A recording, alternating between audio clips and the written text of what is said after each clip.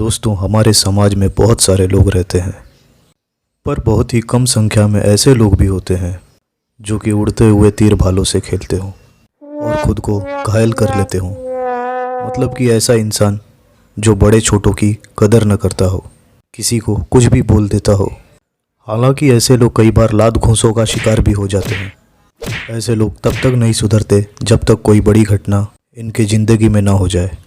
तो चलिए बढ़ते हैं एक और कहानी की तरफ। हाँ, और एक बात, मेरे द्वारा यह लिखी कहानी पूरी तरह से काल्पनिक है। हम नागपुर के एक छोटे से गांव में रहते हैं। गांव छोटा है, पर गांव के सारे लोग बहुत ही अच्छे हैं, सिर्फ रंगा को छोड़कर। जी हाँ, आपने सही सुना, रंगा। रंगा का असली नाम रघुवेंद्र है। घर से लेकर गांव तक सारे लोग उसे रंगा के नाम से ही जानते हैं। रंगा और मैं बचपन से ही अच्छे दोस्त हैं। हालांकि दूर के रिश्ते से देखा जाए तो वो मेरा भाई लगता है। जैसा कि मैंने आपसे कहा था, हमारे समाज में ऐसे लोग होते हैं जो कि तीर भालों से खेलते हों, यानी कि बदतमीज इंसान। रंगा भी इसी श्रेणी में आता है। खैर, बचपन से ही लोगों के मार खा खा कर वह बड़ा हुआ था, पर वह मुझसे कभी बदतमीजी नहीं करता, क्योंकि उसके बहुत सारे कामों में मैं उसकी मदद किया करता था। वक्त के साथ साथ हम बड़े हो गए थे। हम सभी अपने जीवन में व्यस्त थे। रंगा भी अब गांव में नहीं रहता था। वह मुंबई में एक व्यापारी सेठ के पास नौकरी करता था। अपने कमाई का आधा हिस्सा वह गांव में अपने माँ पापा को भेजा करता था। रंगा अपने काम में काफ़ी व्यस्त रहने लगा था। हाँ, कभी कभी 2-4 महीने में फ़ोन द्वारा हमारी बातचीत होती रहती थी। रंगा को गांव छोड़े 5 साल हो चुके थे। एक दिन रंगा के पापा, यानी कि मेरे काका, मेरे घर आए। मैंने उन्हें बैठने के लिए कहा और चाय नाश्ते का इंतज़ाम करवाया। काका के चेहरे पर कुछ परेशानी दिख रही थी। मैंने उनसे पूछा, काय झालं काका, क्या बात है, आप परेशान लग रहे हो? काका ने मेरी ओर देखते हुए कहा, बेटा क्या कहूँ, तुम भी जानते हो 5 साल हो गए रंगा को शहर गए। मैंने कहा, हाँ तो इसमें परेशानी की क्या बात है काका, पैसे तो वह भेज रहा है ना। काका ने कहा, बेटा कुछ परेशानियां ऐसी भी होती है जिन्हें हम पैसों से दूर नहीं कर सकते। रंगा हमारा बेटा है, उसे बहुत दिन हो गए हमने देखा नहीं। उसकी माँ भी उसे फ़ोन पर हर बार देखने के लिए बुलाती है, पर वह हर बार यही बोलता है कि जल्दी आ जाऊंगा। अब क्या करूं, तुम ही बताओ। काका की आंखों में आंसू थे। मैंने काका को कहा, काका आप परेशान मत होइए। मैंने अपनी जेब से फ़ोन निकाला और रंगा को कॉल लगाया। रंगा ने कॉल उठाया। मैंने कहा, रंगा भाई कैसे हो? रंगा ने कहा, और भाया मनीष, मैं मस्त हूँ। तू बता, सब ठीक? आज अपन को कैसे याद किया तूने? मैंने कहा, रंगा, गांव के लोग तुम्हें याद कर रहे हैं। मुझे तो कुछ लोग बोल भी रहे थे कि रंगा अब शहर में रहता है, काफ़ी सुधर गया होगा, अब उसे इस बार सरपंच में हम खड़े करेंगे। रंगा ने कहा, भाया मनीष, तू इनकी बातों में मत आ। ये वही बुढ़ा लोग हैं जो मुझे गिरा गिरा कर मारा करते थे गांव में। अभी भी मुझे अटकाने का कुछ तो प्लान बना रहे होंगे, इसीलिए तो मुझे बुला रहे हैं लोग गांव में। तू टेंशन मत ले, अभी अपन खा पी कर मजबूत हो गया है। जिस जिस बुढ़ाओं ने हाथ साफ किया था ना, सबकी हड्डी का अंजर पंजर ढीला करेगा तेरा ये भाई खंजर, सॉरी रंगा। आता बघ गावात येऊन तुझा भाऊ कशा राडा करतो। मैंने कहा, रंगा तुम गलत समझ रहे हो। अरे भाई, सच में लोग तुम्हारी तारीफ कर रहे हैं। आ जाओ जल्दी, मौका है, सरपंच बन जाओगे। रंगा ने कहा, तू ऐसी बात है तो अपन जल्दी आएगा। Don't worry, tension not, bye. मैंने फ़ोन को अपनी जेब में रख लिया और काका से कहा, काका, मैंने रंगा को झूठ कहा था, वो कोई सरपंच बनने वाला नहीं है। मेरे झूठ की वजह से वो गांव आएगा तो ज़रूर। वहाँ रंगा भी अपनी तारीफ सुनकर काफ़ी खुश था। रंगा ने गांव आने की तैयारी शुरू कर दी थी। उसने सेठ से छुट्टी ली और अपना पैसा भी लिया। गांव आने की खुशी में रंगा ने बहुत सारी शॉपिंग की।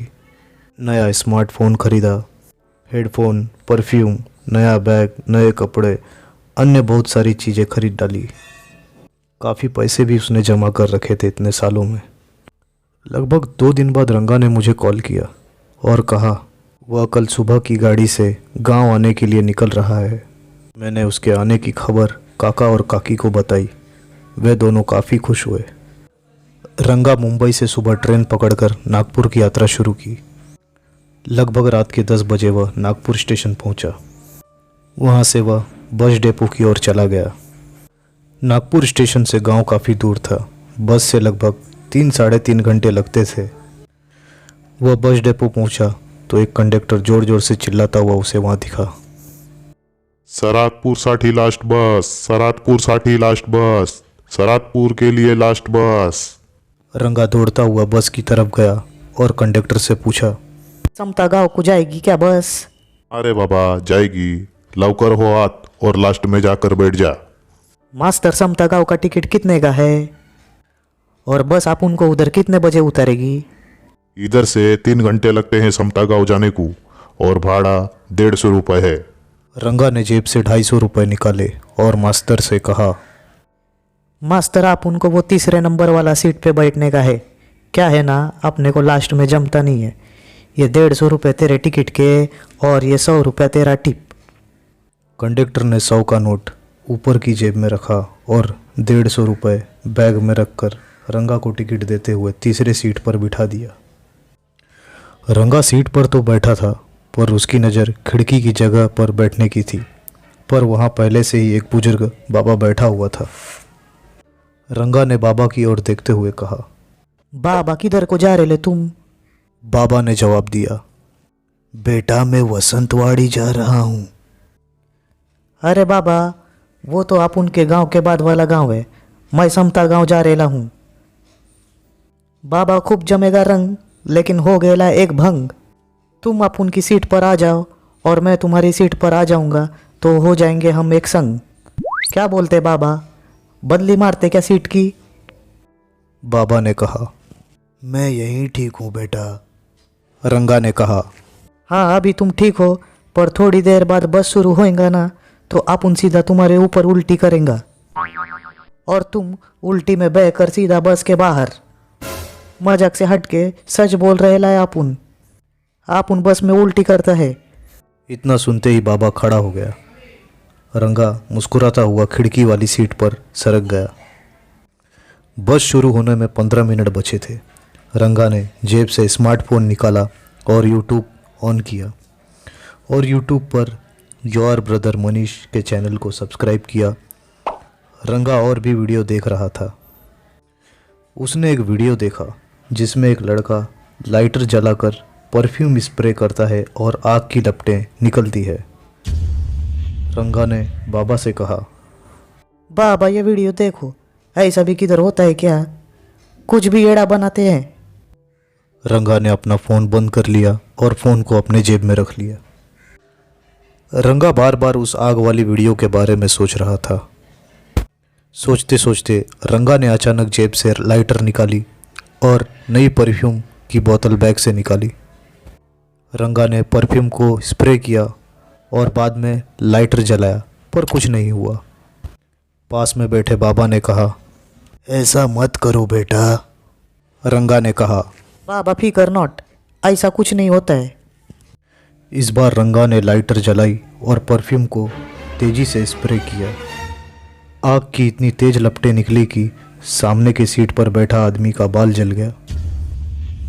ऐसे कारनामे का अवार्ड तो रंगा को मिलना ही था। लोगों ने रंगा को मार मार कर घायल कर दिया। अब बस भी चलने के लिए शुरू हो चुका था। रंगा मार खाने के बाद अपने गहरे दर्द और घायल शरीर के साथ शांत शांत बैठा रहा, पर वह बीच बीच में यहाँ वहाँ घूर भी रहा था। उसकी बगल में बैठे बाबा जी भी नींद की झपकी ले रहे थे।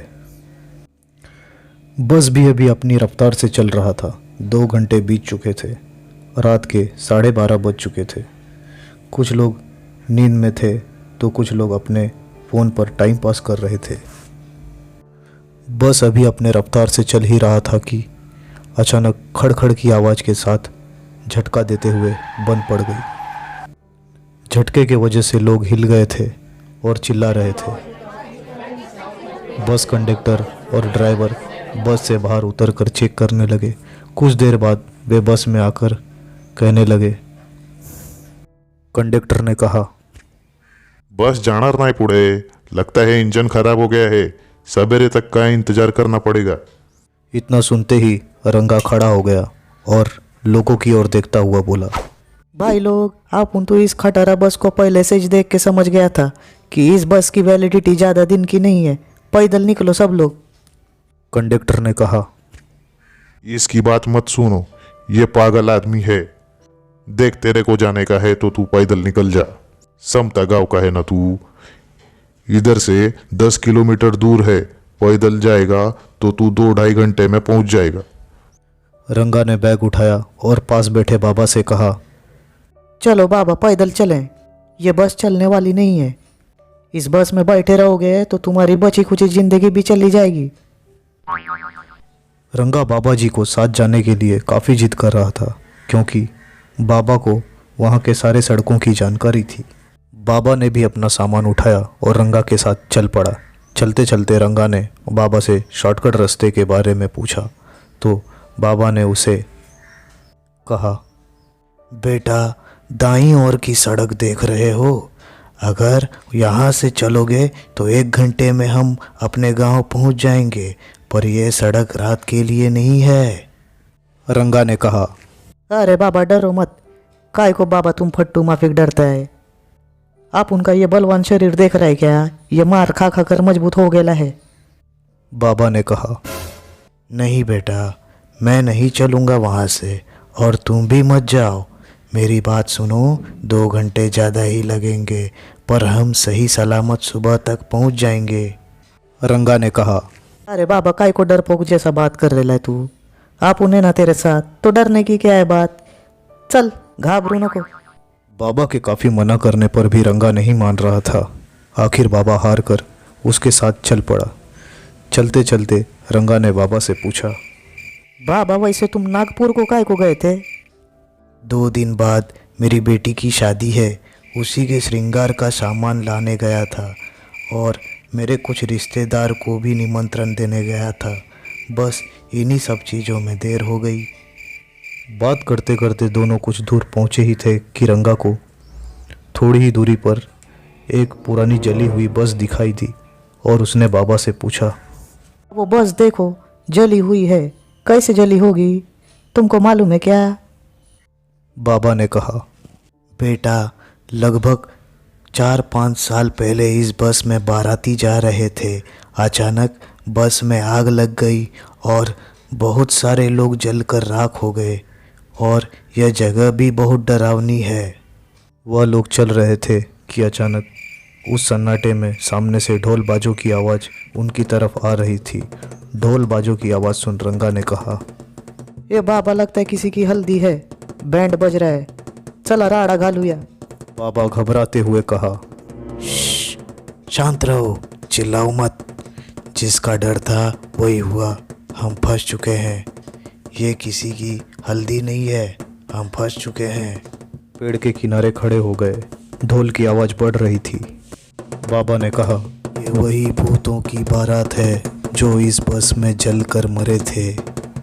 बारात काफ़ी नज़दीक था। रंगा के होश उड़ गए। वह साफ देख सकता था उन भूतों को। रंगा डर गया। आता का है बाबा, अब क्या करें? ये तो आप उनको खा जाएंगे। सब आप उनकी ही गलती है। आप उन तेरे बात को नहीं माना और इस रास्ते पे आ गया। चल पीछे भागते हैं। रंगा काफ़ी डरा हुआ था। उसके हाथ पैर कांप रहे थे, पर बाबा साहसी था। उसने रंगा को शांत कराया और कहा, जैसा मैं कहता हूँ वैसा करो, शायद हम बच जाएं। सबसे पहले तो बाबा ने रंगा के गले से तावीज़ को निकाला और बैग में रख दिया। इसके बाद अपनी बेटी के श्रृंगार के सामान को निकाला। पास में पड़े हुए राख और मिट्टी को उठाया। रंगा और अपने शरीर और चेहरे पर राख को रगड़ डाला। काजल की डिब्बी निकाली, काजल को अपने आँखों पर रगड़ लिया, लाल सिंदूर को अपने आँखों, हाथों और मुंह पर रगड़ लिया और अपने बैग को पेड़ के पीछे छिपा दिया। रंगा ने पूछा, बाबा पर करना क्या है? डरना मत, वह लोग पहुंच चुके हैं। नाचते नाचते उनके बारात में हम शामिल होंगे, और अगर तुम्हें डर लगे तो अपनी आंखें बंद करके नाचना। अब बारात उन दोनों तक पहुंच चुकी थी। डरावने भूत प्रेत के बीच रंगा और बाबा नाचते नाचते घुस गए। रंगा भूतों को देख डर चुका था और आंखें बंद करके नाचने लगा। तभी अचानक से रंगा ने अपनी आंखें खोली। उसके सामने एक बहुत ही खतरनाक भूत था। उस भूत को देखकर रंगा ने अपने पैंट में ही पेशाब कर लिया और डर से कांपने लगा।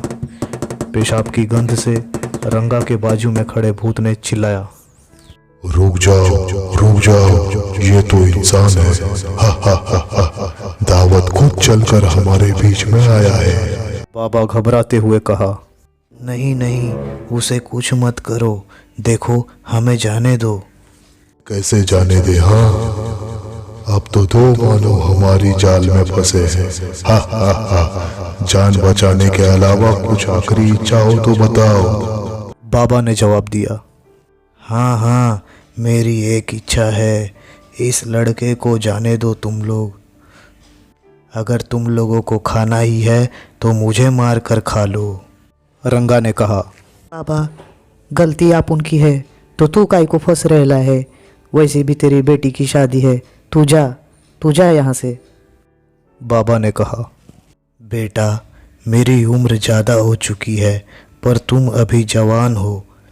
ये मेरी बेटी के श्रृंगार का सामान है, उसे दे देना और कहना मैं बीमार हूँ, नहीं आ पाऊँगा, और तुम मेरी बेटी की शादी करवा देना। चले जाओ, नहीं तो ये तुम्हें भी मार कर खा जाएंगे। फैसला करो, हमें भूख लगी है। रंगा रोता हुआ वहाँ से चला गया। लगभग आधे घंटे चलने के बाद उसे गांव की नदी दिखाई दी। वह नदी के किनारे बैठकर रोए जा रहा था। सुबह के लगभग 4:30 बज चुके थे। रंगा के पीछे से एक आवाज़ आई, घर नहीं चलोगे? रंगा पीछे देखा तो वह बाबा वहाँ पर खड़ा था। रंगा रोता हुआ बाबा को गले लगा लिया और पूछा, बाबा तुम कैसे बच गए? कहीं मैं सपना तो नहीं देख रहा?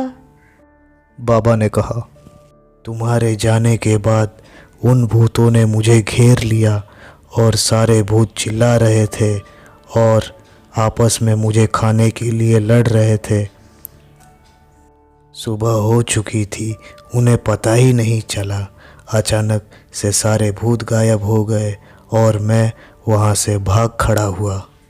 रंगा ने कहा, बाबा मैं बहुत ही बुरा इंसान हूँ, हमेशा दूसरों को तकलीफ ही दिया है, पर आज से मैं वादा करता हूँ कि किसी को भी परेशान नहीं करूँगा और एक अच्छा इंसान बनूँगा। इतना कहकर वह दोनों अपने घरों के लिए निकल पड़े। मैं भी सुबह सुबह रंगा के घर पहुँच चुका था रंगा से मिलने। मैंने काका से पूछा, रंगा कुटे आहे काका? रात में ही आने वाला था वह। काका ने कहा, अभी तक नहीं आया, वो फ़ोन भी बंद है। हम सब घर के बाहर ही खड़े थे। इतने में गंदे कपड़ों में लथपथ 2 लोग हमारे सामने आ गए। मैंने दोनों की ओर देखते हुए कहा, इतने सवेरे हम लोग किसी को भीख नहीं देते। काका, रात में बचा हुआ खाना है तो इन्हें दे दो। इतने में रंगा ने कहा, मैं रंगा हूँ। उन लोगों की बात सुनकर हम लोगों ने उन्हें नहाने के लिए गर्म पानी दिया और उसके बाद चाय दी। फिर रंगा और बाबा ने हमें सारी घटनाओं को विस्तार से बताया। हम भी डर चुके थे। बाबा भी अपने घर के लिए निकल पड़े। उस घटना ने रंगा की ज़िंदगी पूरी तरह से बदल दी थी। आज वह गांव का सबसे समझदार इंसान के साथ साथ गांव का सरपंच भी है। दोस्तों, मेरे द्वारा लिखी यह कहानी काल्पनिक है। इससे यही संदेश है कि हमेशा बड़ों की कद्र करनी चाहिए और उनकी बात माननी चाहिए। दोस्तों, अगर आपको कहानी अच्छी लगी हो तो कमेंट में ज़रूर बताएं। तो चलिए दोस्तों, हम फिर मिलेंगे एक नई कहानी के साथ। मेरी कहानी सुनने के लिए आपका बहुत बहुत धन्यवाद।